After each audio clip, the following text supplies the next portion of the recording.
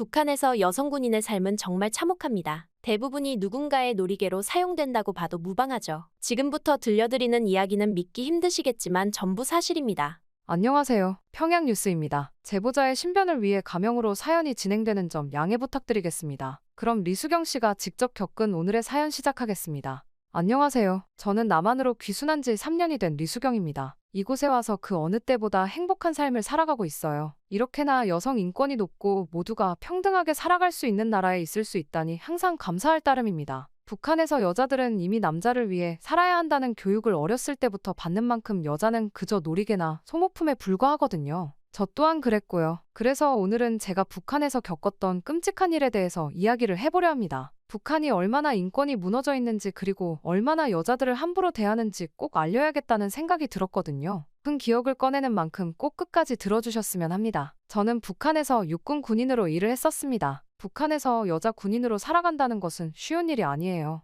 여자가 군인이 되기 위해서는 말도 안 되는 시험들을 봐야 하거든요. 그것도 거의 나체로 말이죠. 지금부터 그 이야기를 천천히 들려드릴게요. 저희 집은 겉으로 보기엔 평범한 중산층 가정이었습니다. 하지만 당 간부였던 할아버지의 실각 이후로 우리 가족은 줄곧 성분 때문에 고통받아 왔죠. 그 말 한마디, 성분이 좋지 않다는 그 한마디가 우리 가족의 모든 것을 짓눌러 왔어요. 그래서 어렸을 때부터 저는 이 성분을 꼭 올리고 말겠다는 목표를 가지고 살아왔죠. 그리고 아직도 그날의 기억이 생생합니다. 저는 자원입대 신청서를 꼭 붙잡고 있었죠. 손끝이 하얗게 될 정도로 말이죠. 종이가 구겨질까봐 조심스레 쥐고 있었지만 떨리는 손을 멈출 수가 없었어요. 아버지의 절규가 아직도 귓가에 맴돕니다. 편하게 살 수 있는 길을 택하면 되지 않느냐. 아버지의 그 말씀이 마치 날카로운 칼날처럼 가슴을 찢어놓았지만 저는 달리 선택할 수가 없었습니다. 어머니가 백화점 지배인 자리에서 물러나야 했을 때 그 참담한 표정, 한밤중에 몰래 흘리시던 눈물, 대학 진학의 꿈을 접어야 했던 오빠의 절망적인 눈빛. 그런 것들이 무거운 바위처럼 제 어깨를 누르고 있었거든요. 군복무를 통한 당원 진급만이 우리 가족의 성분을 회복할 수 있는 유일한 길이었습니다. 그때 제가 할 수 있는 유일한 선택이었죠. 그렇게 결국 입대 신청서를 내고 청천강 부근 군병원에서 받게 된 입대 신체검사는 제 인생에서 가장 굴욕적인 순간 중 하나였습니다. 그날은 매우 추웠어요. 2월의 마지막 추위가 뼛속까지 파고들었죠. 병원의 차가운 벽들이 마치 우리를 감시하는 눈처럼 느껴졌어요. 저희는 모두 반쯤 벗은 채로 서 있어야 했는데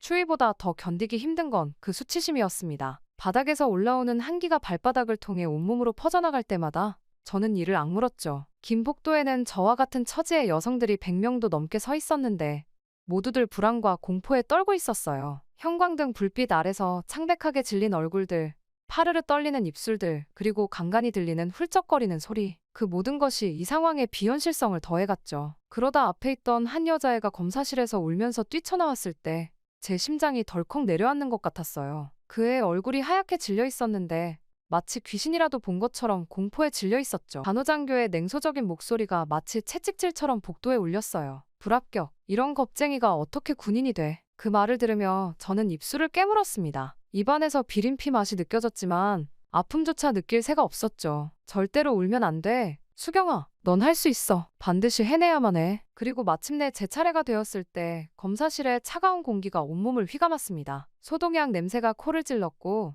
형광등의 차가운 불빛이 눈을 아프게 했죠. 방에 들어가자 남자 의사와 군인들이 있었어요. 그 앞에는 산부인과 의자가 하나 덜렁 있었죠. 그 스테인리스 의자는 마치 얼음장 같았어요. 살이 닿는 순간 놀라서 움찔했지만 표정 하나 흐트러뜨릴 수 없었죠. 남성 군의관의 무표정한 얼굴과 그 옆에 두 남성 군관들. 그들이 들고 있는 클립보드 소리가 마치 심판의 종소리처럼 들렸습니다. 다리 올려. 그 기계적인 명령에 저는 주먹을 꽉 쥐었습니다. 손톱이 살을 파고드는 아픔조차 느끼지 못했어요. 그저 이 순간만 버텨내면 된다고 계속 마음속으로 되뇌었어요. 치욕스러운 검사가 진행되는 동안 저는 천장에 형광등만 바라보았어요. 손과 이상한 기구가 제 안으로 들어오는 그 이상한 기분을 참기 위해 저는 주먹을 꽉 쥐었습니다. 손바닥에는 손톱 자국이 깊게 패였지만 그 정도의 고통은 아무것도 아니었어요. 제가 견뎌내야 할 것들에 비하면요. 그리고 우리 가족이 이미 견뎌온 것들에 비하면 말이죠. 대단히 조이는구만. 나가봐. 마지막으로 의사는 비웃으면서 저에게 이야기했습니다. 그 말은 아마도 평생 잊지 못할 거예요. 어린 제가 듣기에는 너무나도 버거운 이야기였으니까요. 하지만 저는 다시 한번 주먹을 꽉 쥐며 자리를 떴습니다. 그리고 진행된 마지막 테스트는 정말 끔찍했습니다. 난방이 끊긴 강당은 마치 냉동창고 같았죠. 숨을 쉴 때마다 하얀 입김이 피어올랐어요. 수백 명의 여성 지원자들이 속옷 차림으로 줄지어 서 있는 광경은 지금 생각해도 소름이 돋습니다. 마치 전시장에 진열된 물건처럼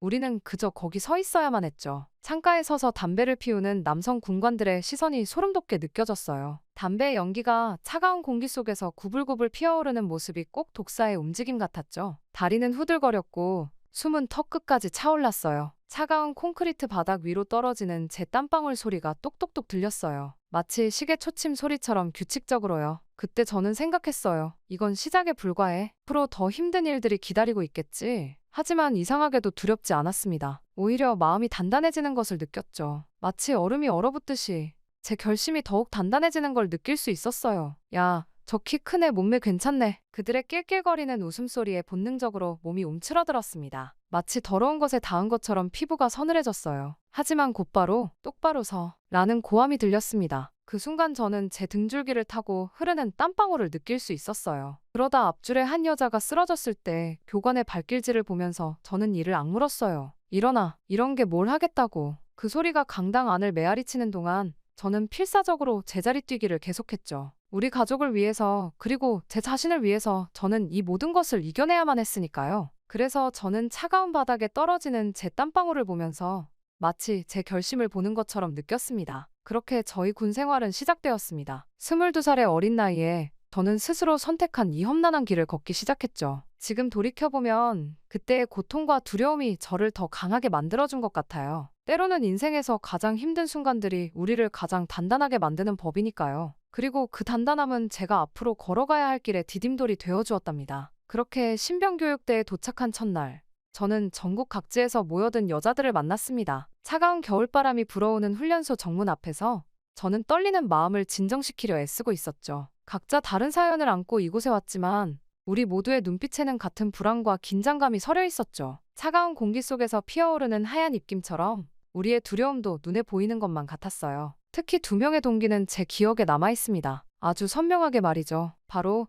미란이와 순옥이었죠. 강미란은 함경도 광산촌에서 왔다고 했습니다. 까무잡잡한 피부에 단단한 근육질 몸매를 가진 그녀를 처음 봤을 때 저는 왠지 모를 신뢰감을 느꼈죠. 그녀의 눈빛에는 이미 세상의 모든 고난을 겪어본 사람만이 가질 수 있는 깊이가 있었어요. 우리 고향에선 석탄 캐는 것보다 군대가 더 편하다고 말해요. 라고 말하는 미란의 목소리에는 씁쓸한 웃음이 묻어 있었습니다. 그 말을 들으며 저는 가슴이 아팠죠. 그녀의 거친 손등에 새겨진 작은 상처들이 마치 별자리처럼 그동안의 고된 삶을 말해주고 있었으니까요. 후에 알게 된 건데 미란이는 15살 때부터 아버지를 대신해 광산에서 일했다고 해요. 동생들의 끼니를 위해서였죠. 원산 출신의 박순옥은 또 다른 아픔을 안고 있었어요. 조용하고 마른 체구의 그녀는 마치 바람에 흔들리는 갈대처럼 연약해 보였죠. 항상 구석진 자리를 찾아 앉곤 했는데 마치 자신을 세상으로부터 숨기려는 것처럼 보였어요. 그러던 어느 날 밤, 순옥이가 악몽에 시달리며 울부짖는 소리에 잠에서 깼어요. 그때 본 그녀의 얼굴은 공포로 일그러져 있었죠. 식은땀으로 범벅이 된 이불을 부둥켜 안고 떨고 있는 모습이 지금도 눈에 서네요. 그리고 저는 그날 알게 됐죠. 어릴 적 이웃집 아저씨에게 당한 성폭행의 기억이 그녀를 힘들게 하고 있다는 걸요. 달빛이 희미하게 비치는 막사에서 순옥이는 떨리는 목소리로 그날의 일을 이야기했어요. 13살, 집에 혼자 있을 때 찾아온 그 남자, 도망가지 못하게 입을 막았던 손, 그리고 아무도 믿어주지 않았던 그 후의 나날들. 그 이야기를 들으며 저는 이불 속에서 손톱으로 손바닥을 꽉 깨물었습니다. 분노와 슬픔이 뒤섞여 왈칵 쏟아질 것만 같았거든요. 순옥이의 눈물 흘리는 모습이 너무나도 선명했어요. 그리고 시간이 지나면서 겪은 훈련소의 일상은 정말 끝없는 폭력의 연속이었습니다. 매일 아침 새벽 4시, 차가운 물세례와 함께 시작되는 하루는 밤늦게까지 이어졌죠. 차가운 물이 얼굴에 끼얹어질 때마다 숨이 턱 막혔어요. 그래도 비명을 지를 수는 없었죠. 소리를 내는 순간 더 가혹한 대우가 기다리고 있다는 걸 알았으니까요. 한 번은 순옥이가 실수로 총기를 떨어뜨린 적이 있었어요. 그러자 남성 교관이 그녀의 따귀를 때렸고 순옥이는 쓰러지고 말았죠. 이런 미친년. 그 고함 소리가 아직도 귓가에 생생해요. 교관의 손바닥이 순옥이의 뺨을 내리칠 때 나는 소리가 마치 천둥처럼 들렸거든요. 순옥이의 뺨이 퉁퉁 부어오르는 걸 보면서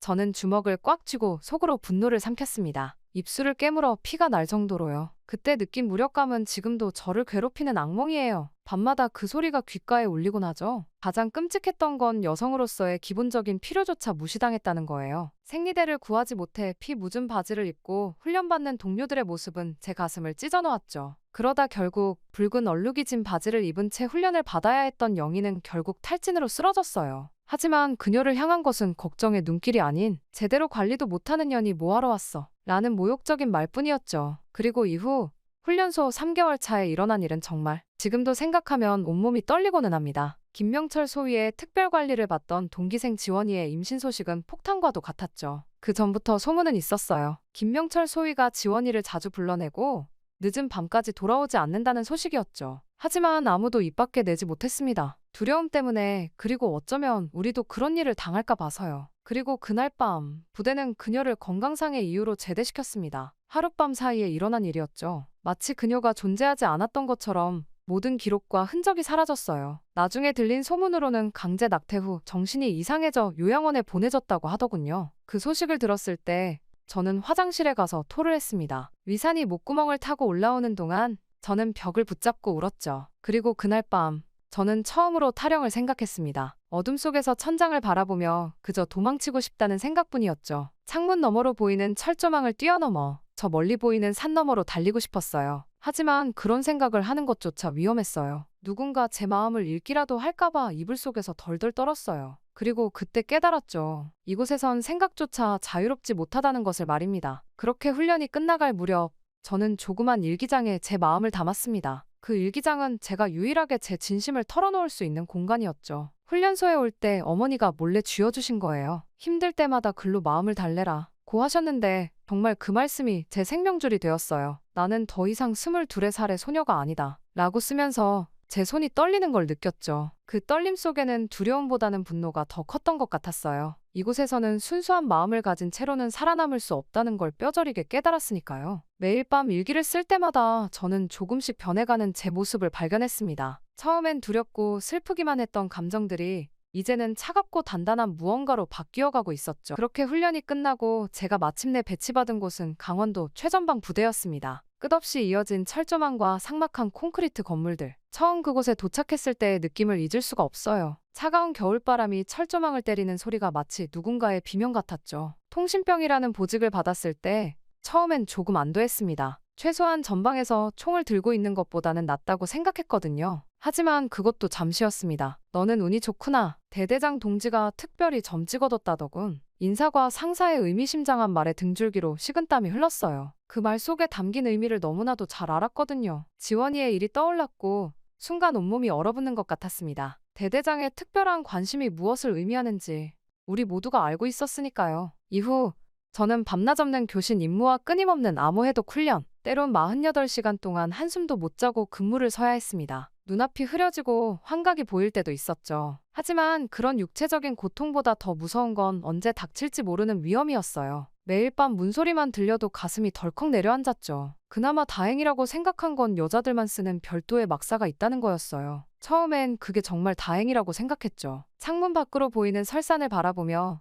이곳에서만큼은 조금 숨을 돌릴 수 있을 거라 생각했어요. 하지만 그마저도 허상이었죠. 남자 군관들의 빈번한 순찰이라는 명목하에 방문은 그 공간마저 안전하지 않다는 걸 일깨워줬으니까요. 특히 깊은 밤중에 순찰이 제일 무서웠습니다. 복도에 울리는 군화 소리, 문이 열리는 소리. 그럴 때마다 모든 여자들이 숨을 죽이고 잠든 척했죠. 누구도 선택받고 싶지 않았으니까요. 순찰이 지나간 후에도 한동안은 아무도 움직이지 못했습니다. 마치 시간이 멈춘 것처럼 그렇게 우리는 그저 어둠 속에서 서로의 떨리는 숨소리를 들으며 누워 있었죠. 그러던 어느 날 저는 이런 곳에서 유일하게 기댈 수 있는 사람을 만나게 되었습니다. 그날 밤은 평소와 다름없는 야간 교신 근무였어요. 창밖으로는 차가운 겨울비가 내리고 있었고 통신실의 낡은 전구는 희미하게 깜빡이고 있었죠. 빗방울이 창문을 두드리는 소리가 마치 누군가의 발걸음 소리처럼 들려서 저는 가끔 긴장으로 몸을 굳히기도 했어요. 낡은 통신기에서는 간간히 잡음이 새어나왔고 그 소리가 적막한 공간을 채우고 있었죠. 저는 매일 그랬던 것처럼 기계적으로 교신을 받고 있었어요. 그때였어요. 여기 이소대 정철혁입니다. 교신 상태 체크합니다. 그의 목소리는 정말 달랐습니다. 딱딱한 군대 말투 속에서도 뭔가 따뜻함이 묻어나는, 마치 한겨울밤에 들이마시는 따뜻한 숨결 같았죠. 그 목소리에는 다른 군인들에게서는 찾아볼 수 없었던 온기가 있었어요. 마치 오랫동안 얼어있던 제 마음이 살짝 녹는 것 같은 느낌이었죠. 순간 제 심장이 덜컥 내려앉는 걸 느꼈어요. 손끝이 저리고 귀가 붉어지는 것 같았죠. 그저 평범한 교신이었는데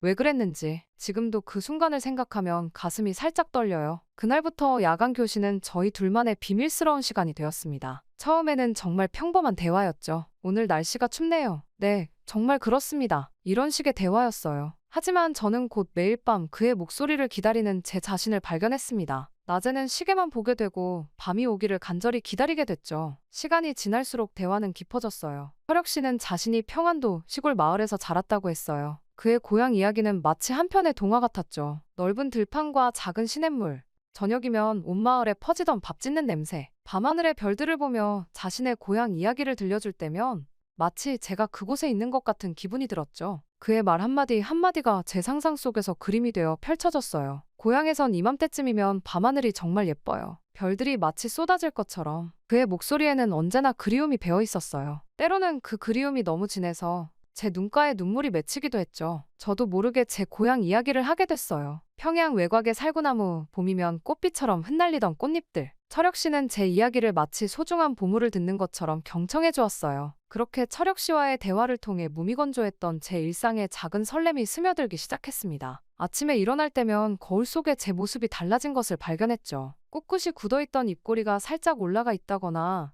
눈빛에 작은 반짝임이 돌아왔다거나 철혁 씨는 제가 미처 몰랐던 저의 또 다른 모습을 끌어내고 있었어요. 하지만 그 달콤한 시간도 잠시였습니다. 어느 날 들려온 순옥이의 실종 소식은 마치 폭탄처럼 저희를 덮쳤죠. 아직도 그날을 생각하면 가슴이 무너져 내려요. 그날 아침 점호 때 순옥이가 보이지 않았어요. 처음에는 아픈가 했죠. 하지만 곧 소문이 퍼지기 시작했습니다. 순옥이가 중대장과 단둘이 있는 자리에 불려갔다가 임신 사실이 발각됐다는 소문이 말이죠. 을 들었을 때 제 온몸에 피가 얼어붙는 것 같았습니다. 그리고 낙제 낙태 후 불명예 제대를 당했다는 소문까지 돌더군요. 그 차가운 말들 속에 순옥이의 고통이 얼마나 깊이 묻혀있을지 생각만 해도 숨이 막혀왔습니다. 안 그래도 상처를 가지고 있는 그녀가 잘 살아갈 수 있을까 하는 걱정에 눈물이 났죠. 그리고 그날 밤 저는 처음으로 철혁 씨에게 제 진심을 털어놓았습니다. 통신기를 통해 흐느끼며 말했죠. 제 목소리는 떨렸고 눈물은 멈추지 않았어요. 우리가 꿈꾸던 그 영광스러운 군인의 삶은 어디에 있는 걸까요? 이건 군대가 아니에요. 지옥이죠. 제 말이 끝나고 잠시 침묵이 흘렀습니다. 그때의 정적이 얼마나 무거웠는지 마치 온 세상이 멈춘 것 같았죠. 그러다 그의 깊은 한숨 소리가 들렸어요. 수경 씨, 당신 말이 맞아요. 어쩌면 우리만이라도 다르게 살 수 있지 않을까요? 어둠 속에서 이어지는 대화는 점점 더 깊어졌습니다. 때로는 밤새도록 이야기를 나누곤 했죠. 서로의 꿈, 희망, 두려움까지 모든 것을 나눌 수 있는 사람이 생겼다는 건 마치 사막에서 오아시스를 발견한 것 같은 느낌이었어요. 그의 목소리만으로도 제 마음속 깊은 상처들이 조금씩 아물어가는 것 같았죠. 그리고 마침내 그를 부대 뒤편 갈대밭에서 처음 만났던 그날을 잊을 수가 없습니다. 겨울바람에 갈대들이 서걱거리는 소리가 우리의 발소리를 감춰주었죠. 멀리서 보초병의 발자국 소리가 들릴 때마다 숨을 죽여야 했지만요. 그렇게 조심스레 만난 첫 대면에서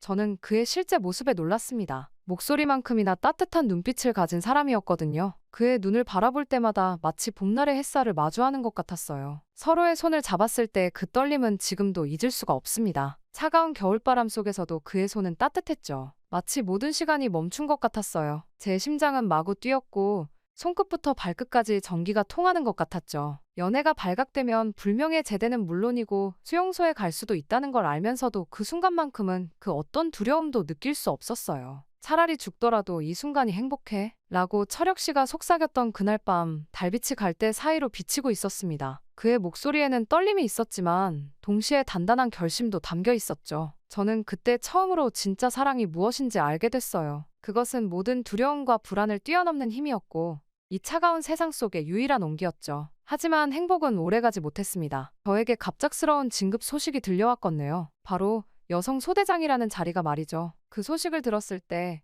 제 등줄기로 차가운 땀이 흘렀습니다. 겉으로는 영광스러운 진급이었지만 저는 알고 있었어요. 이것이 제가 받은 특별 관심의 결과라는 것을 말이죠. 그리고 높아진 직책은 제게 더 많은 것을 보게 만들었어요. 매일 밤 악몽 같은 광경들이 펼쳐졌습니다. 신입 여군들에 대한 조직적인 성폭력, 비리를 은폐하는 상부의 지시들 그리고 그들의 절규가 제 귓가에 맴돌았어요. 하지만 저는 아무것도 할 수 없었죠. 그저 보고서에 이상 없음이라고 적어야만 했으니까요. 매일 밤 보고서를 쓸 때마다 제 손이 떨렸습니다. 검은 잉크가 종이 위에 번질 때마다 제 양심도 함께 번져나가는 것 같았죠. 새로 들어온 신병들의 두려움 가득한 눈빛을 볼 때면 제 가슴이 무너져 내렸어요. 그들의 눈빛에서 과거의 저를 보는 것 같았거든요. 수경 동무, 이번에 들어온 신병들 중에 쓸만한 연 좀 있나? 간부들의 농담 섞인 질문에 침묵으로 답할 때마다 저는 제 영혼의 일부가 죽어가는 것을 느꼈습니다. 그들의 웃음소리가 마치 날카로운 칼날처럼 제 가슴을 파고들었죠. 밤이면 그 웃음소리가 악몽이 되어 저를 괴롭혔어요. 그렇게 거울 속의 제 모습은 점점 더 낯설어져만 갔습니다. 까만 눈동자 속에는 차가운 얼음이 얼어붙은 것 같았고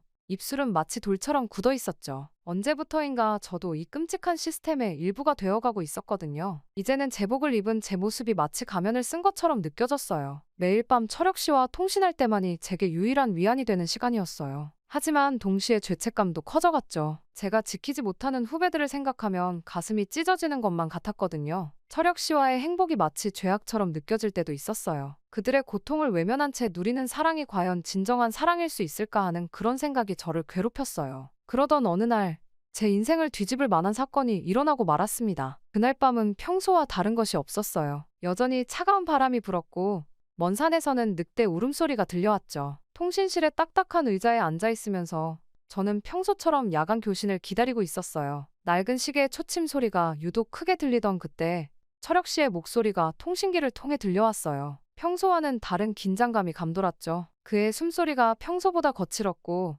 말투에도 평소에는 없던 떨림이 있었죠. 우리 여기서 나가자. 그 말을 들은 순간 제 심장이 멎는 것 같았습니다. 마치 시간이 멈춘 것처럼 모든 것이 정지된 듯했죠. 탈북이라는 단어는 입 밖으로 꺼내지도 못한 채 저희는 서로의 눈빛만으로 모든 것을 이해했어요. 통신기 너머로도 그의 긴장된 숨소리가 느껴졌고 그 숨소리 하나하나가 제 귓가에 쇠망치처럼 울렸어요. 철혁 씨의 이야기는 마치 오랫동안 준비해온 것처럼 체계적이었습니다. 그의 형이 이미 2년 전에 성공했다는 것, 중국 브로커와의 연락도 닿았다는 것, 모든 이야기가 마치 폭포수처럼 쏟아져 나왔죠. 그의 목소리에는 두려움과 설렘이 뒤섞여 있었어요. 마치 오랫동안 가슴속에 묻어두었던 비밀을 털어놓는 것 같은 그런 떨림이 말이죠. 결국 그날 밤 저는 한순간도 잠들 수 없었습니다. 낡은 침대에 누워 천장을 바라보며 수없이 많은 생각들이 제 머릿속을 스쳐 지나갔죠. 차가운 월광이 창문을 통해 비치고 있었는데 그 빛조차도 마치 저를 감시하는 눈처럼 느껴졌어요. 성공하면 자유를 얻겠지만 실패하면 생각만 해도 온몸이 얼어붙는 것 같았어요. 머릿속으로는 끊임없이 최악의 시나리오가 그려졌죠. 잡히면 정치범 수용소에 끌려가게 될 거예요. 고문과 폭력은 당연히 감수해야 하고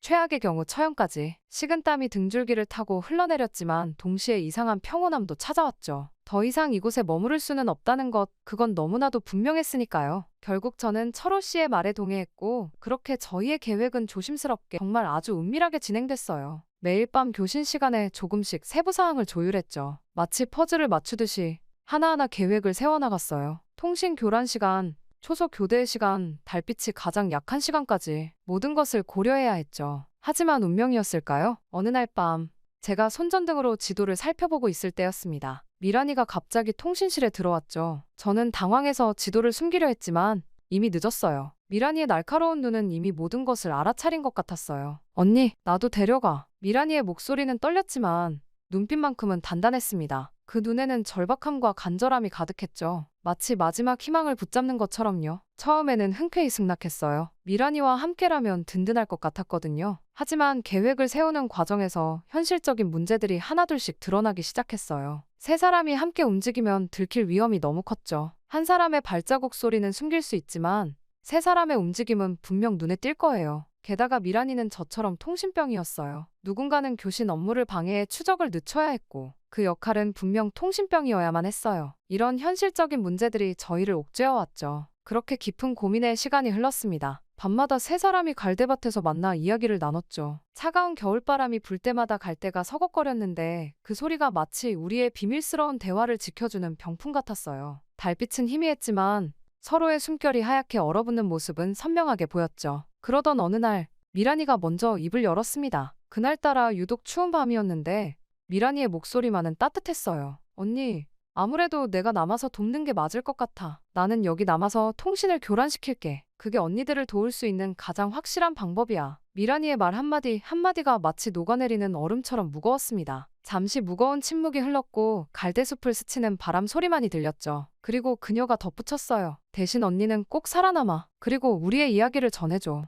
여기 있는 모든 여자들의 이야기를 꼭? 그 말을 하는 미란이의 눈에는 눈물이 고여 있었지만 목소리만큼은 쇠처럼 단단했습니다. 그때 미란이의 눈빛을 지금도 잊을 수가 없어요. 마치 오랫동안 준비해온 말을 드디어 꺼내는 것 같은 그런 결연한 눈빛이었죠. 그날 밤 저는 미란이를 꼭 안아줬습니다. 서로의 눈물을 보지 않으려 애쓰면서요. 미란이의 작은 어깨가 제 품 안에서 떨리고 있었어요. 말로는 표현할 수 없는 감정들이 그 떨림 속에 담겨 있었죠. 꼭 다시 만나자. 거짓말인 줄 알면서도 저희는 그렇게 약속했습니다. 우리 모두 이 약속이 지켜질 수 없다는 걸 알고 있었지만 그래도 그 말이 필요했거든요. 마지막 위로처럼 말이죠. 미란이의 등이 떨리는 것이 느껴졌지만 저는 아무 말도 하지 못했습니다. 그저 더 꽉 안아줄 수밖에 없었죠. 그 포옹 속에 우리의 모든 말들이 담겨 있었으니까요. 탈출 전날의 밤은 아직도 기억이 선명해요. 작은 손전등 불빛 아래서 그간의 일기를 하나씩 불태웠죠. 불길이 종이를 태울 때마다 타닥타닥 소리가 났는데 그 소리가 마치 제 심장 소리처럼 들렸어요. 손전등 불빛은 희미했지만 그 불빛 속에서 제가 쓴 글자들이 마지막으로 반짝이는 걸 볼 수 있었죠. 신체 검사장에서의 수치심, 빨간 손자국이 남았던 순옥이의 뺨, 강당에서의 모욕, 그리고 수많은 밤들의 기록들. 모든 페이지가 제가 되어 흩어져 갔어요. 타오르는 종이마다 그때의 기억이 생생하게 되살아났죠. 차가운 의자 위에서 느꼈던 공포, 강당의 차가운 바닥을 맨발로 뛰어야 했던 고통, 순옥이가 사라진 날 밤의 절망. 마지막으로 남긴 것은 처음 쓴 일기장 한 권이었습니다. 어머니가 주신 그 작은 일기장이었죠. 표지는 이미 너덜너덜했지만 그 속의 글씨는 선명했어요. 거기엔 제가 처음 느꼈던 두려움과 분노, 그리고 희망이 고스란히 담겨 있었죠. 이것만은 남겨야 했어요. 이건 단순한 증거가 아닌 우리의 이야기를 기억하기 위한 것이었으니까요. 어둠이 가장 깊은 새벽 2시, 우리의 마지막 도전이 시작됐어요. 달조차 없는 깜깜한 밤이었죠. 차가운 공기가 폐부 깊숙이 파고들었는데 그 찬 기운이 마치 칼날처럼 느껴졌어요. 계획대로 미란이가 통신실에서 교신을 방해하기 시작했어요. 모든 통신망에 이상이 있습니다. 반복합니다. 모든 통신망에 이상이 있습니다. 현재 원인 파악 중. 미란이의 침착한 목소리가 마지막 이별이 됐어요. 그 목소리를 들으며 뜨거운 눈물이 볼을 타고 흘러내렸죠. 하지만 울 시간이 없었어요. 이제 모든 게 시작된 거예요. 지뢰밭을 건너는 순간들은 영원처럼 느껴졌어요. 발밑에서 나는 작은 소리 하나에도 심장이 멎는 것 같았죠. 달빛마저 없는 캄캄한 어둠 속에서 철혁 씨의 숨소리만이 제 안내가 되었어요. 그의 숨소리에 맞춰 저도 숨을 쉬었죠. 그게 제가 살아있다는 유일한 증거였으니까요. 갑자기 부대에 비상등이 켜졌을 때 그 붉은 불빛이 마치 피처럼 보였어요. 그때 저는 미란이가 잡혔다는 걸 직감적으로 알 수 있었죠. 순간 총성이 밤 공기를 가르며 울렸고 왼쪽 다리를 스치고 지나간 총알이 피를 흘리게 했어요. 뜨거운 통증이 전신을 관통했지만 소리 지를 수조차 없었죠. 여기서 포기할 순 없어. 그렇게 저는 철혁 씨의 부축을 받으며 철조망을 넘었습니다. 찢어진 군복 조각이 철조망에 걸린 채 남겨졌는데 그건 마치 제 과거의 한 조각을 그곳에 걸어두는 것 같았어요. 이상하게도 그 순간 마음이 편안해졌어요. 이제 정말 돌아갈 수 없다는 걸 알았으니까요. 마침내 두만강 앞에 섰을 때 얼어붙은 강물이 마치 거울처럼 빛났어요. 잠시 뒤를 돌아봤죠. 17살에 제가 처음 군병원에 들어서던 날부터 마지막 순간까지 모든 기억이 영화처럼 스쳐 지나갔어요. 그렇게 저희는 두 눈을 질끈 감고 두만강을 헤엄치기 시작했습니다. 다행히 안전하게 건넜지만 두만강을 건넌 후에도 저희의 위험한 여정은 계속됐어요. 중국에서의 생활은 마치 숨막히는 추격전 같았죠. 매 순간이 긴장의 연속이었어요. 발자국 소리만 들려도 숨을 죽여야 했고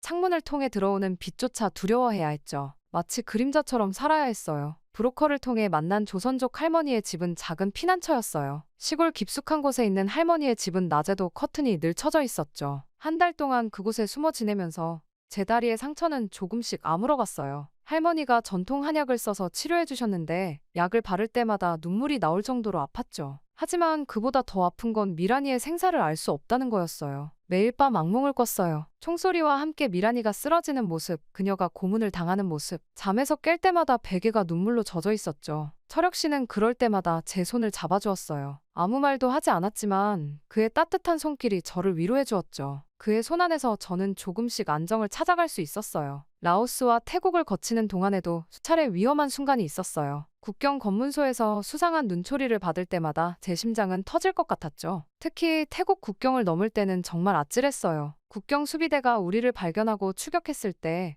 저는 다리의 상처 때문에 제대로 뛸 수도 없었거든요. 하지만 그럴 때마다 매번 철혁 씨가 앞장서서 저를 지켜줬습니다. 때로는 자신의 몸을 방패처럼 제 앞에 세우기도 했고 위험한 순간이 오면 자신이 먼저 나서서 해결하려 했죠. 제가 지쳐 걸을 수 없을 때면 등에 업어주기도 했어요. 그의 등에서 느껴지는 심장 소리가 저에게는 가장 큰 위로가 되었죠. 그리고 마침내 방콕의 한국 대사관에 도착했을 때 저는 처음으로 마음 놓고 울 수 있었어요. 태극기를 보는 순간 지금까지 참아왔던 모든 감정이 한꺼번에 쏟아져 나왔죠. 무릎이 꺾이면서 그 자리에 주저앉고 말았는데 철혁 씨가 저를 꼭 안아주었어요. 그의 품 안에서 저는 어린아이처럼 엉엉 울었죠. 드디어 진짜 자유를 얻은 거예요. 그렇게 탈북에 성공한 후 2년이란 시간이 흘렀어요. 저는 지금 서울의 한 인권단체에서 일하고 있죠. 이렇게 남한에 와서 보니 정말 별세계였습니다. 특히 회사들이 봉사를 다니고 어려운 이웃을 돕는 모습은 충격적이기도 했고요. 게다가 이렇게 남들을 돕는 걸 당연하게 여기더군요.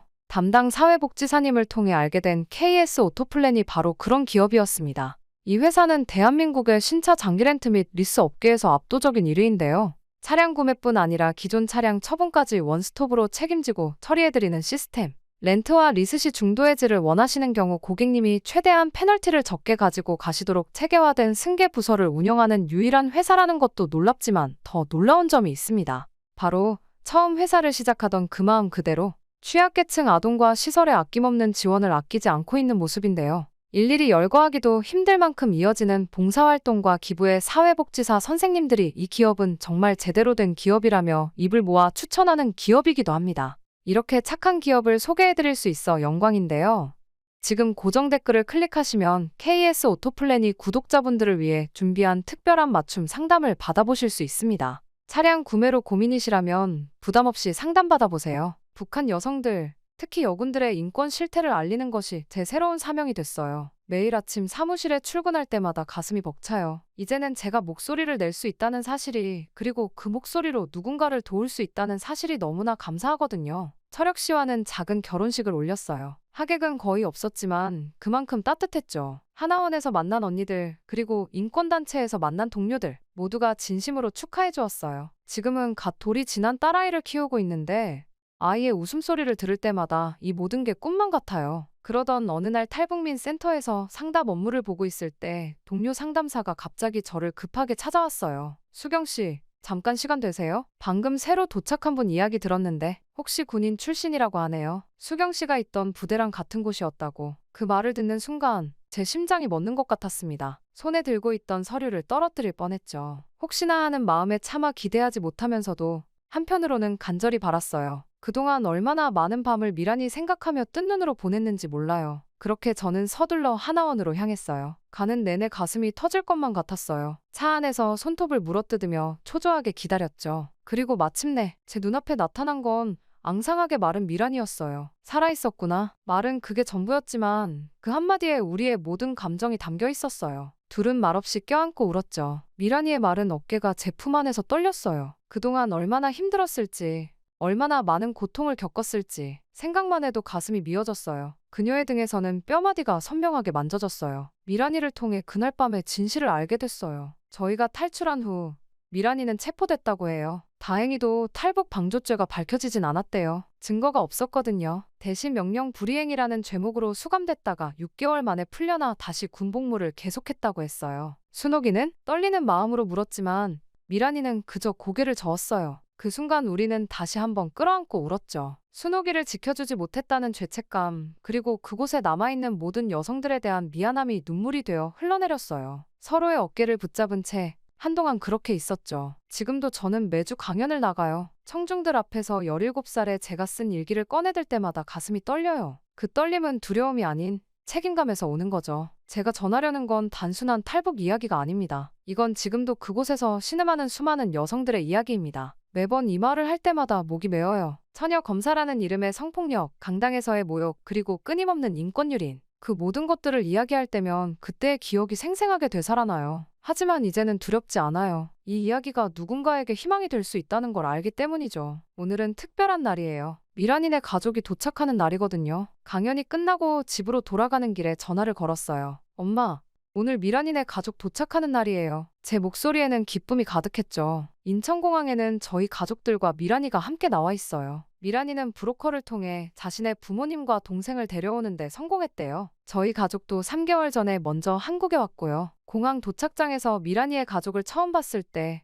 모두의 눈에 눈물이 고여 있었어요. 이제 정말 새로운 시작이네요. 미란이의 말에 저도 고개를 끄덕였어요. 정말 그랬어요. 이제야 진정한 의미의 새로운 시작을 할 수 있게 된 거죠. 두 가족이 함께 저녁을 먹는 자리는 정말 따뜻했어요. 제 딸아이와 미란이의 동생이 장난치며 뛰어다니는 모습을 보고 있으면 가슴 한켠이 아려와요. 그들의 밝은 웃음소리를 들으며 자연스럽게 순옥이 생각이 나요. 순옥이도 어디선가 이런 행복을 찾았기를, 그리고 지금도 그곳에서 고통받는 누군가에게도 희망이 닿기를 간절히 바라게 돼요. 우리가 할 수 있는 일을 계속해 나가자. 제가 말하자 미란이가 고개를 끄덕였어요. 저희는 이제 알아요. 자유를 위한 첫걸음이 얼마나 큰 변화를 만들어낼 수 있는지를. 창밖으로 서울의 밤하늘이 반짝이고 있어요. 한강의 물결처럼 잔잔하게, 하지만 멈추지 않고 흐르는 희망처럼. 우리의 이야기도 계속될 거예요. 이제 저는 매일 아침 거울을 보며 다짐해요. 오늘도 누군가의 희망이 되어야 한다고. 그리고 밤에는 딸아이의 숨소리를 들으며 생각해요. 언젠가 이 아이에게 우리의 이야기를 들려줄 때가 올 거예요. 자유가 얼마나 소중한 것인지, 그리고 그것을 지키기 위해 우리가 얼마나 많은 것을 감내했는지. 그렇게 우리의 이야기는 계속될 거예요. 끝나지 않는 희망처럼. 북한에서의 대북방송은 저희에게는 없어서는 안 되었습니다.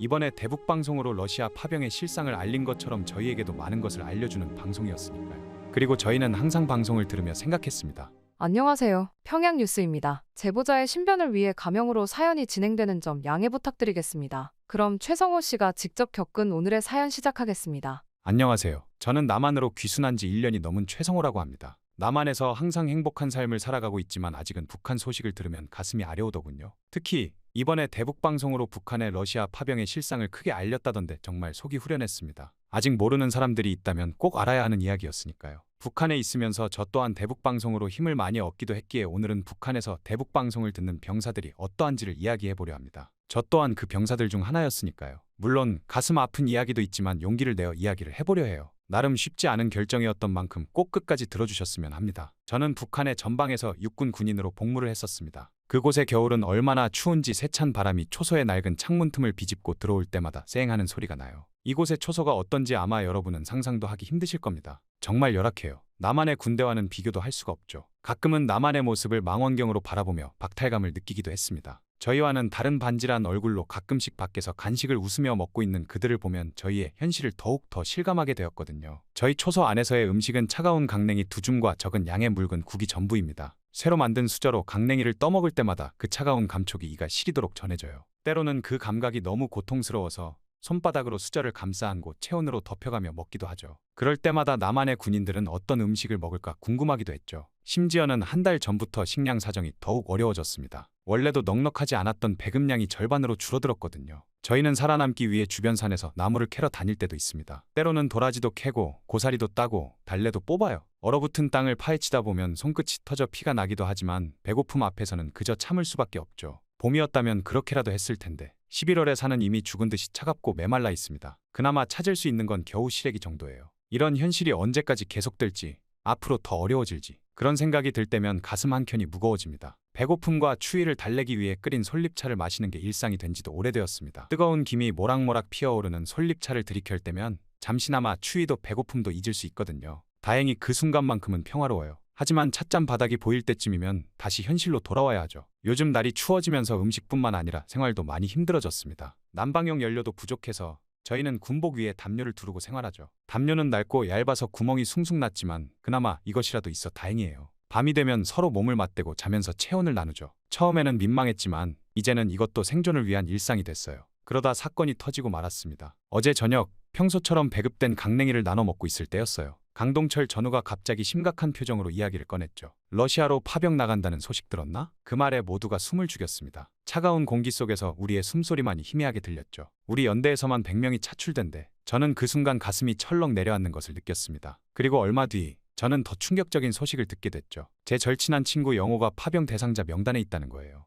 영호는 제가 어릴 때부터 같이 자란 친구입니다. 중학교 시절부터 늘 함께였죠. 운동장에서 축구를 하다가 무릎을 다쳤을 때도, 시험 전날 밤늦게까지 함께 공부했을 때도 영호는 늘 제 곁에 있었어요. 그 친구가 러시아로 간다는 생각을 하니 마음이 무거워졌습니다. 전쟁터로 떠나는 친구를 위해 내가 해줄 수 있는 게 아무것도 없다는 사실이 너무나도 괴로웠죠. 밤마다 제 머릿속은 영호에 대한 걱정으로 가득 차요. 살아서 다시 만날 수 있을까? 그런 생각이 들 때면 눈물이 나려고 해요. 하지만 우리의 작은 위안이 있다면 바로 대북 방송이에요. 물론 처음 들었을 때는 단순한 선전 방송이라고 생각했죠. 사랑하는 북녘의 형제자매 여러분, 하고 시작하는 달콤한 여성의 목소리. 처음에는 모두가 귀를 막고 무시하려 했어요. 하지만 시간이 지날수록 그 목소리는 우리의 유일한 즐거움이 되었습니다. 방송이 나오는 시간이 되면 우리는 마치 어린아이처럼 설레요. 누군가가 우리에게 이야기를 들려주는 것 같아서 외롭지 않은 기분이 들죠. 그 목소리는 마치 따뜻한 봄바람처럼 우리의 얼어붙은 마음을 녹여주는 것 같아요. 특히 K-팝 노래들이 나올 때면 저희는 모두들 축제 분위기예요. 다른 초소와의 교대 근무가 끝나고 간부들의 순찰이 뜸해지는 심야 시간, 우리는 좁은 초소 안에서 작은 반란을 시작합니다. 방송에서 흘러나오는 방탄소년단, 버터의 경쾌한 리듬에 맞춰 몰래 어깨를 들썩이죠. 김준호는 춤을 꽤 잘 춰요.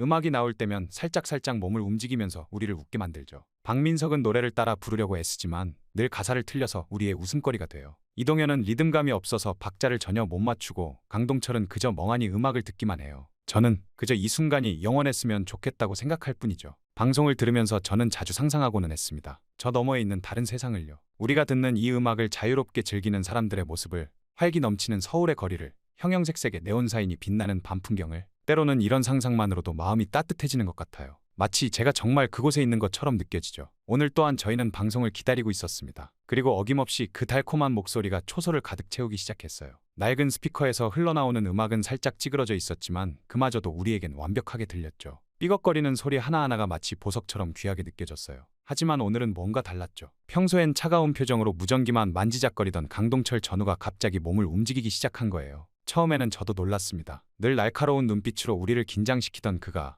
어깨를 으쓱이며 리듬을 타다니, 그의 굳어있던 얼굴 근육이 조금씩 풀어지면서 마치 봄눈 녹듯이 부드러워지는 게 보였어요. 평소의 차가운 눈빛은 사라지고 반짝이는 즐거움으로 가득 찬 눈동자가 우리를 바라보고 있었죠. 강동철의 움직임은 우리 모두에게 번져갔습니다. 박도연이 제일 먼저 강동철을 따라하기 시작했어요. 처음에는 어색한 몸짓이었지만 음악이 흐르는 동안 점점 자연스러워졌죠. 그의 어색한 춤사위가 얼마나 웃기던지 저 또한 발끝이 리듬을 따라가고 있었습니다. 차가운 시멘트 바닥을 두드리는 군화 소리가 마치 작은 드럼 소리처럼 들렸죠. 게다가 준호가 방송에서 설명하는 안무를 거의 완벽하게 따라하는 모습을 보며 저희는 모두들 감탄을 자아냈습니다. 모두가 즐기자 좁은 초소 안에 공기도 달라지는 것 같았습니다. 평소에는 퀴퀴한 군복 냄새와 녹슨 철제 냄새가 가득했는데 춤을 추기 시작하자 마치 봄바람이 불어오는 것처럼 상쾌해졌죠. 그러다 도연이가 갑자기 춤 대결 한번 해볼까요? 하고 제안했을 때 우리 모두는 마치 어린아이처럼 들떴습니다. 그의 목소리에는 평소에는 들을 수 없었던 장난기가 가득했죠. 평소라면 상상도 못할 일이에요. 하지만 그 순간만큼은 계급도 규율도 잊은 채 그저 즐거움에 몸을 맡겼죠. 그렇게 음악이 우리를 자유롭게 만들어주는 동안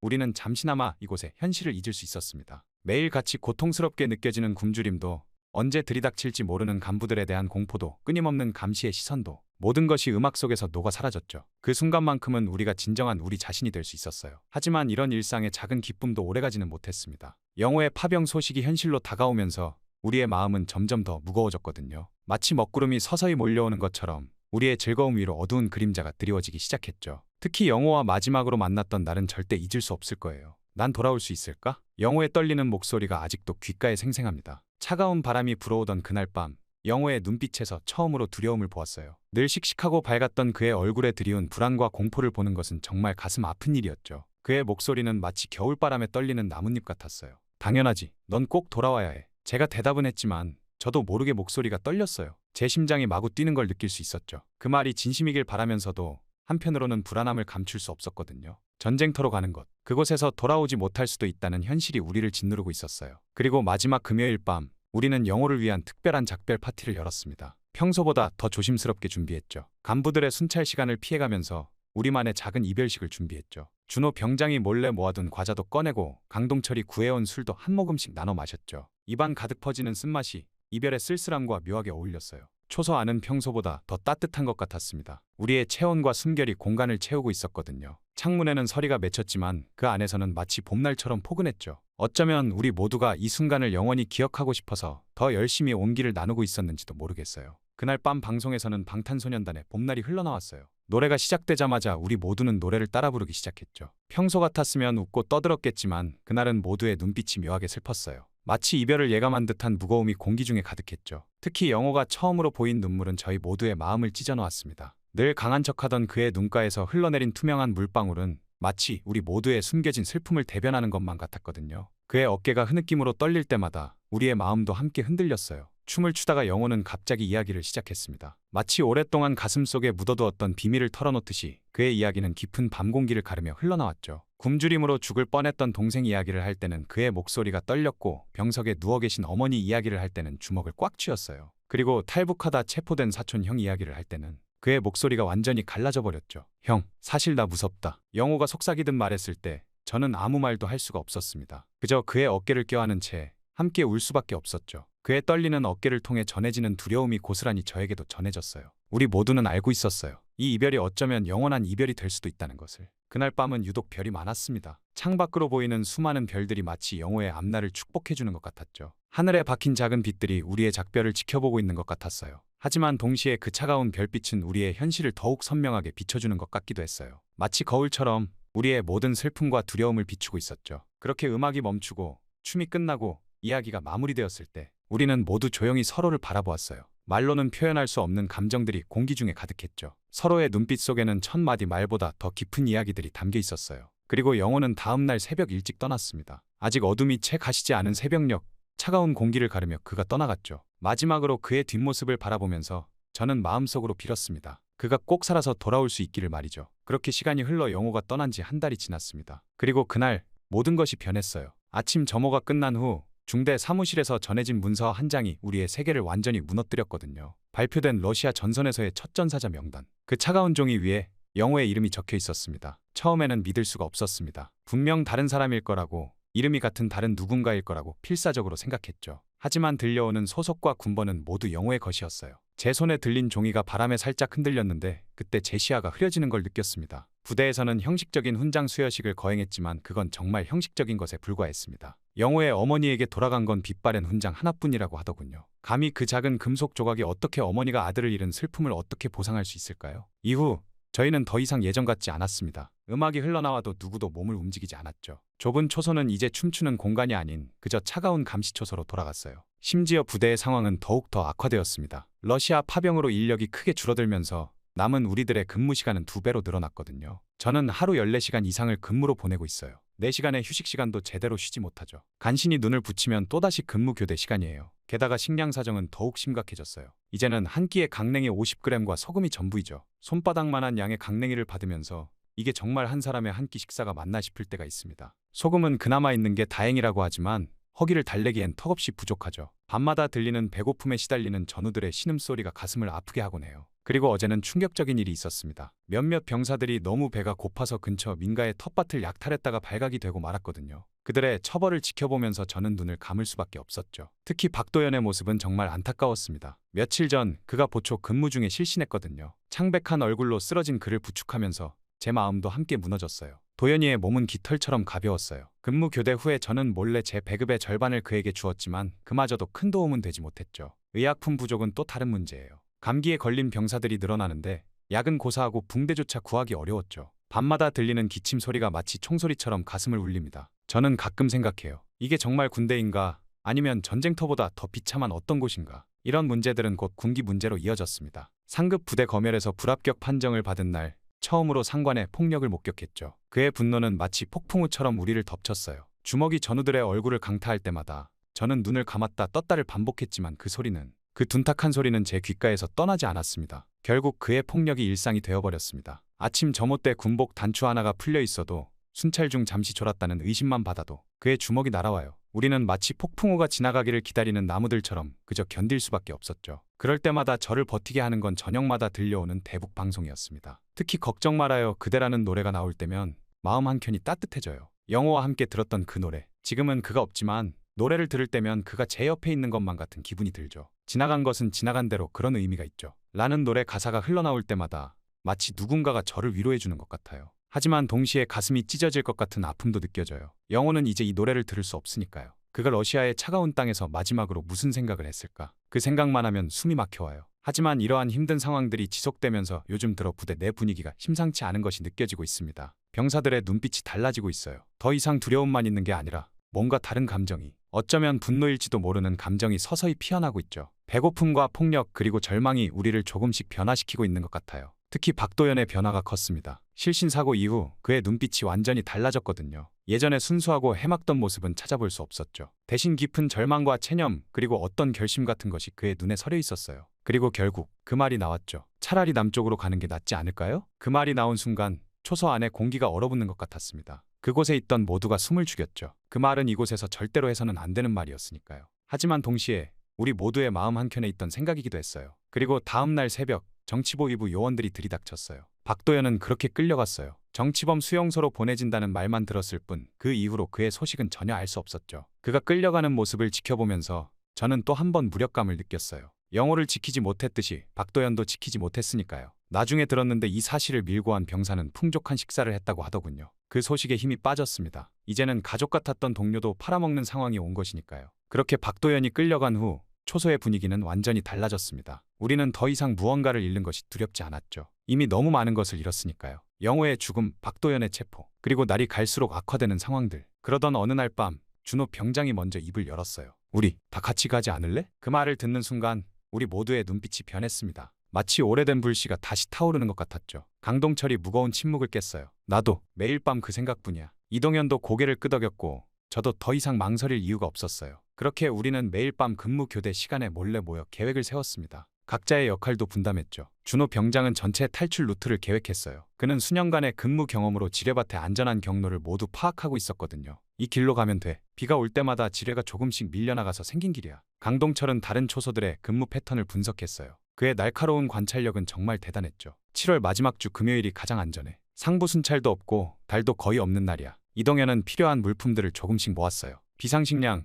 물, 간단한 구급약품까지. 그는 항상 꼼꼼했거든요. 제 역할은 탈출 직전의 교란 작전이었습니다. 다른 초소들의 주의를 다른 곳으로 돌리는 거죠. 마지막 방송이 끝날 때쯤, 그때가 가장 좋을 것 같아요. 저의 제안에 모두가 동의했습니다. 준비는 한 달이 넘게 걸렸습니다. 매일 조금씩 최대한 자연스럽게 준비했죠. 의심을 살 수는 없었으니까요. 낮에는 평소처럼 근무하고 밤에는 몰래 탈출 연습을 했어요. 지뢰밭 사이의 좁은 길을 눈 감고도 걸을 수 있을 때까지 말이죠. 특히 준호 병장의 노래 수첩은 우리에게 특별한 의미가 있었습니다. 그는 매일 밤 방송에서 나오는 노래들을 받아 적었거든요. 이 노래들이 우리를 자유로 인도할 거야. 그의 말처럼 그 노래들은 우리에게 힘이 되어 주었어요. 그리고 드디어 탈출의 날, 새벽 2시. 저희가 선택한 운명의 시간이 다가왔습니다. 밤하늘은 유난히 맑았고 우리의 심장은 한층 더 크게 뛰고 있었죠. 마지막 금요일 밤 방송이 끝나고 우리는 서로를 바라보았어요. 더 이상 말은 필요 없었죠. 눈빛만으로도 모든 것을 알 수 있었으니까요. 준호 병장이 그의 소중한 노래 수첩을 꺼냈어요. 우리는 모두 군복 왼쪽 가슴에, 심장 위에 그 수첩의 일부를 나눠 가졌죠. 마치 부적처럼요. 강동철은 마지막으로 한 번 더 주변을 살폈고 이동현은 조용히 필요한 물품들을 나눠주었어요. 첫 발걸음을 내딛는 순간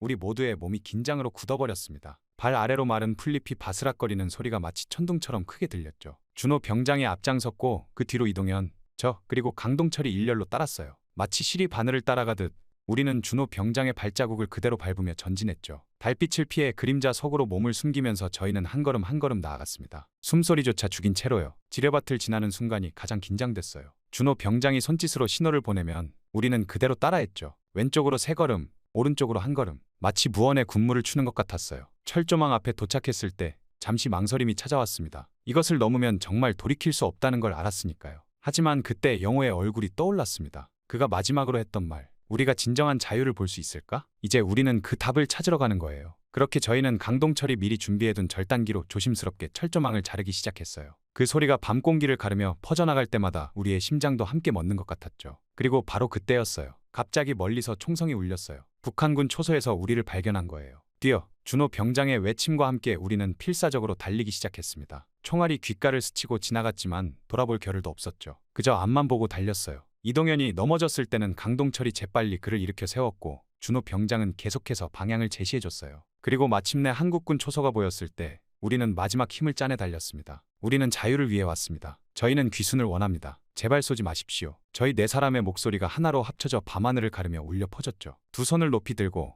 우리는 마지막 경계선을 넘었습니다. 그리고 그 후의 일들은 마치 꿈처럼 느껴져요. 국정원 합동신문센터에서의 6개월. 우리는 같은 방을 써서 다행이었어요. 서로가 서로의 힘이 되어 주었죠. 하나원에서의 교육을 거치면서는 새로운 세상에 대한 두려움도 있었지만 설렘이 더 컸어요. 지금은 저희 모두 서울에서 각자의 새로운 삶을 시작했어요. 저는 검정고시를 준비하면서 편의점에서 아르바이트를 하고 있어요. 준호 형은 댄스 학원에서 일하게 됐고 강동철이는 경비 일을 시작했죠. 이동현이는 자동차 정비를 배우고 있어요. 특히 잊을 수 없는 건 처음으로 같이 간 노래방이에요. 그동안 몰래 들었던 노래들을 실컷 부르고 춤추면서 우리는 모두 울었어요. 기쁨의 눈물이었을까요? 그리움의 눈물이었을까요? 아마도 둘 다였을 거예요. 영호와 박도연이 함께였다면 얼마나 좋았을까? 그런 생각을 하니 더욱 눈물이 나더라고요. 이제 우리는 진정한 의미의 자유를 알아가고 있어요. 그건 단순히 어디론가 도망치는 게 아니라 새로운 꿈을 꾸고 그것을 이루어 나가는 거라는 걸요. 매일 밤 잠들기 전 저는 북쪽 하늘을 바라봐요. 언젠가 저 하늘 아래에서 모든 이들이 자유롭게 노래하고 춤출 수 있는 날이 오기를 바라면서요. 그리고 가끔은 생각해요. 우리의 이야기가 누군가에게 희망이 될 수 있기를. 아직도 저 철조망 너머에서 자유를 꿈꾸는 이들에게 작은 빛이 될 수 있기를. 자유의 땅에서 맞이하는 아침은 여전히 고됩니다. 대학 생활과 아르바이트를 병행하느라 매일 새벽 4시에 일어나야 해요. 편의점 아르바이트를 마치고 바로 첫 수업을 들으러 가는 길이면 다리가 후들거릴 정도로 피곤하죠. 하지만 이상하게도 행복해요. 이 피로감조차 제가 선택한 자유의 일부니까요. 매일 밤 피로에 지친 몸을 이끌고 집으로 돌아오면 가장 먼저 하는 일이 있습니다. 휴대폰으로 걱정 말아요. 그대를 틀어요. 이제는 제 플레이리스트의 첫 번째 곡이 됐죠. 저는 지금 아무리 바빠도 매주 한 번씩 탈북 학생들 앞에서 강연을 해요. 처음에는 떨리고 무서웠지만 이제는 그들의 눈빛에서 희망을 발견하는 게 즐거워요. 제가 전하는 이야기가 그들에게 작은 빛이 될 수 있다는 믿음이 생겼거든요. 자유는 선물이 아닌 선택입니다. 이 말로 강연을 시작할 때마다 저는 그날의 기억을 떠올려요. 우리가 어둠 속에서 철조망을 넘던 그 순간. 그때 우리는 자유를 선택했고 그 선택은 우리의 인생을 완전히 바꿔놓았죠. 때로는 한 곡의 노래가 작은 춤사위 하나가 누군가의 인생을 바꿀 수 있습니다. 이 말을 할 때면 준호 병장의 수첩이 떠올라요. 그의 작은 그림들이 지금 이렇게 많은 이들에게 희망이 되고 있다는 게 신기하죠. 강의실을 나설 때면 늘 귓가에 그때 그 방송이 들리는 것 같아요. 사랑하는 북녘의 형제자매 여러분. 이제는 제가 그 목소리가 되어 누군가에게 희망을 전하고 있다는 게 믿기지 않아요. 물론 아직도 힘든 순간들이 있어요. 새벽에 일어나 아르바이트를 할 때, 시험 기간에 밤을 새워 공부할 때. 하지만 그때마다 저를 일으켜 세우는 건 바로 이 자유예요. 제가 선택한 이 자유가 이제는 다른 이들에게도 전해지고 있다는 사실이 저를 계속 앞으로 나아가게 해주죠. 가끔은 북쪽 하늘을 바라보며 생각해요. 지금도 저 너머에서 몰래 방송을 듣고 있을 누군가를 위해 기도하면서요. 언젠가는 우리 모두가 자유롭게 노래하고 춤추고 꿈꿀 수 있는 날이 올 거예요. 그날이 올 때까지 저는 계속해서 희망의 전달자가 되려고 해요. 이제 저는 더 이상 두렵지 않습니다. 제 곁에는 같은 꿈을 꾸는 사람들이 있고 저를 통해 새로운 희망을 발견하는 이들이 있으니까요. 때로는 힘들고 지칠 때도 있지만 그때마다 저는 그날 밤의 별들을 떠올려요. 우리가 자유를 향해 달리던 그날, 하늘의 별들이 우리를 축복해주던 그 순간을. 이것은 단순한 탈북 이야기가 아니에요. 음악과 춤이라는 예술을 통해 자유를 발견하고 인간의 존엄성을 회복해가는 우리 모두의 이야기죠. 대북방송과이라는 작은 씨앗들이 어떻게 자유의 꽃으로 피어나는지, 그리고 그 꽃들이 어떻게 또 다른 씨앗이 되어 퍼져나가는지를 보여주는 이야기예요. 저는 이제 알아요. 진정한 자유는 혼자만의 것이 아니라는 걸요. 우리는 서로에게 자유가 되어주고 서로에게 희망이 되어줄 때 비로소 완전한 자유를 누릴 수 있다는 거요. 그래서 오늘도 저는 춤추고 노래하고 이야기를 나눠요. 그것이 제가 할 수 있는 가장 아름다운 자유의 표현이니까요.